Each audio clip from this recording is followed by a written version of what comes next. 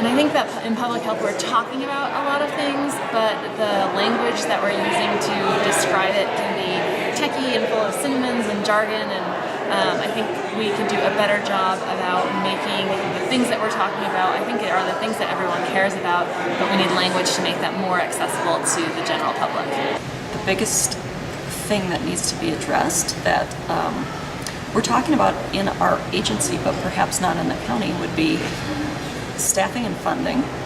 We are working on a shoestring to do a gargantuan amount of work, and I think that stems from people not really understanding what public health is and how critical it is to the health of the community and how we work upstream to save money downstream. So I think getting the message out to more people about what an incredible cost savings public health is to government overall would be very helpful. What I would like to say that we are not talking very much about is how we train the public health workforce in our public health programs. That I was very lucky in my MPH program to have an advisor that had worked in the field, but many of the people that I was taking classes from and doing trainings with were only in the academic discipline of the public health field, which is so important to have that understanding. But if we're going to be, I just came from a section on intersectionality, and if we're going to be talking about intersectionality, we need to honor where public health happens in different spaces. I would say that public health is not talking enough about the intersection between incarceration and mental health. Those are two elements that drastically affect health equity and the spread of communicable diseases. There are many opportunities upstream to intervene in an individual's life and a community's trajectory to prevent incarceration of people with mental health disorders, and we're not doing enough earlier on upstream. We're not doing enough downstream either, and there's so much that Colorado has been working on and can continue to work on to improve that. Right now, I think the biggest challenge in public health is community education. Taking topics and conversations into the community. We have a really good time, with bringing people into public health through pipelines and careers, networking and things like that, and we talk to those people about the issues going on. But as far as reaching out into our communities, I think that everybody throughout public health could do a better job of doing that. So that's my answer. Public health to me is incorporating care to everyone. Medical care specifically narrows it down to one person. Public health looks at the big picture of everything and gives you the opportunity to provide care to, again, everyone. So that's what public health is. To me, public health matters because humanity matters. And I think that it's our duty as human beings to take care of our brothers and sisters and those that are suffering. And all aspects of public health do their best to address that, and I feel like I want to be involved in that, and I want my life's work to be involved in that because I'm lucky and not so many people are as fortunate as me, and I recognize that. And it's just a really practical way of giving back, but also a personal way of giving back. I think why public health matters is because there are a lot of things that we do in health care that are based on the individual. We try to find the treatment plan or the program that's best for the person. Public health is important so we know where to invest our dollars, where to invest our research at programs that work for the community and for the entire world. I think public health matters for two reasons. One is because we have an ability to make massive, large-scale cultural and health systems changes, not just at the individual level, but also knowing that public health matters because we, as a result of our work, literally save lives every day. My question is, what advice would you give a public health student starting out in their career? And I am a big advocate on coaching and having someone to mentor you along the way. I was lucky enough to have someone help me out when I first started, and I try to do the same thing in terms of giving back. So that's the first thing I would say is try to find someone that doesn't doesn't mind giving their time to help you advance your career and when you're first starting out.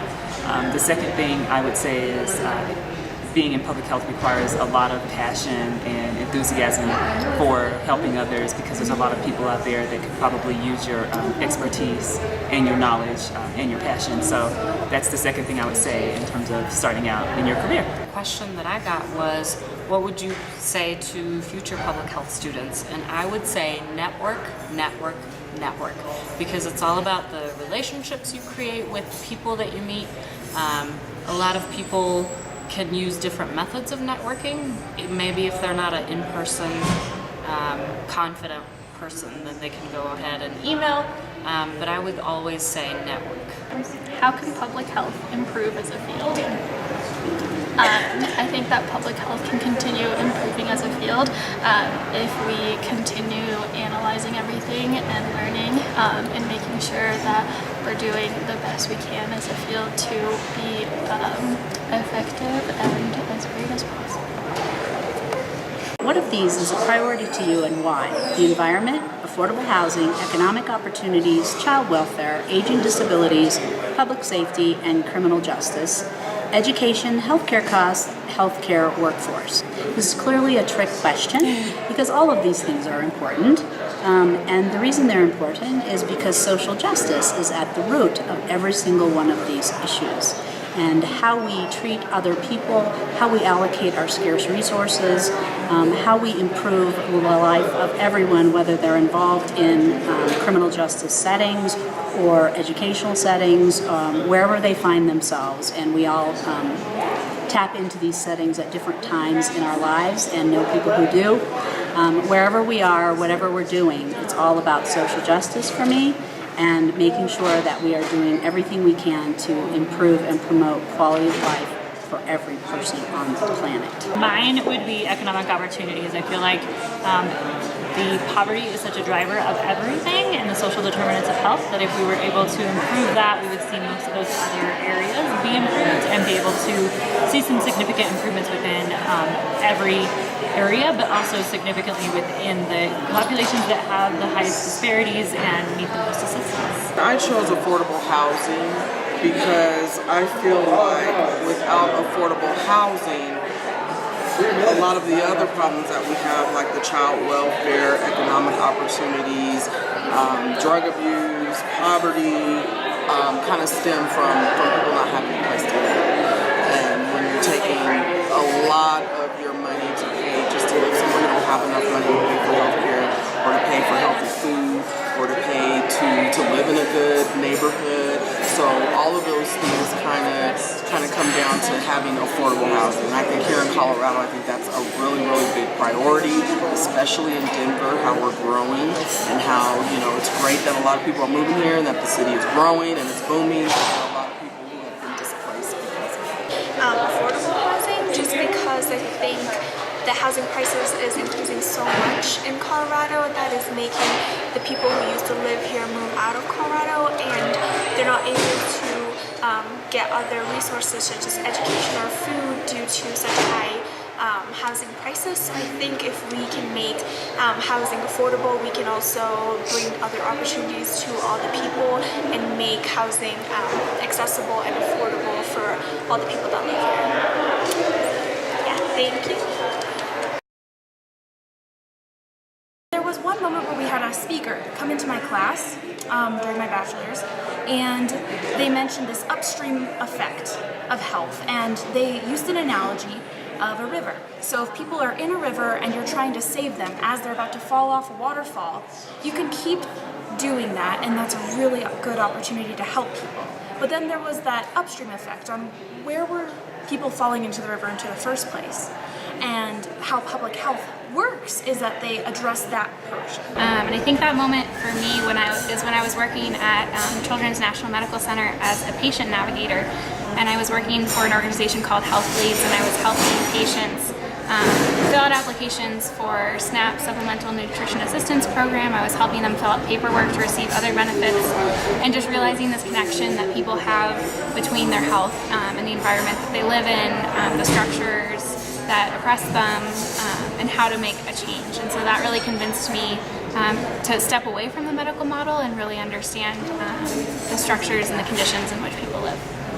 It definitely was when I went into grad school and to study public health, and I had the really cool practicum opportunity to study the outdoor aspects of a clean indoor air ban, and this was in the city of Philadelphia. And it was one of those things where it was kind of an aha, where if we're going to move everybody outside smoking, we should probably figure out what we're doing with those groups. And it came about from a lot of residential complaints. A lot of row homes in Philadelphia are close to bars and restaurants, and we were displacing smokers out in front of these residential homes. And then we had to do kind of sort of an assessment study and just see how many complaints were being filed for residents being really close to those. So that was really kind of my aha moment that I really enjoyed, and really solidified that public health was a much bigger aspect than just looking at one issue at a time. There's multiple layers of issues and multiple groups that were being impacted by the same thing. And this is what I think about equity, that it is time to face reality, that no one is free until all people are free. Mobilizing essence, nature, activating the chi, peaceful warriors is who we shall be. Open the minds, here lies the key. Through the third eye we can clearly see. Perpetuating racism and hate, humanity, this cannot be our fate. Raping Mother Earth, killing biodiversity, we must take a stand and face this adversity. Shifting paradigms, changing society.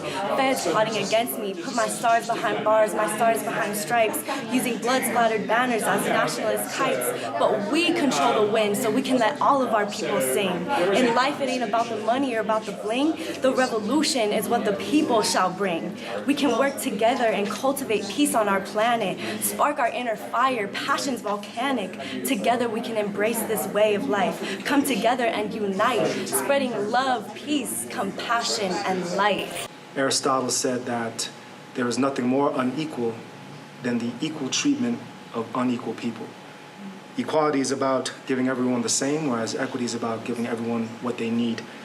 And that is the vision of the CPHA Health Equity Coalition, to ensure that all Coloradoans will have the opportunities essential to attaining their highest level of health.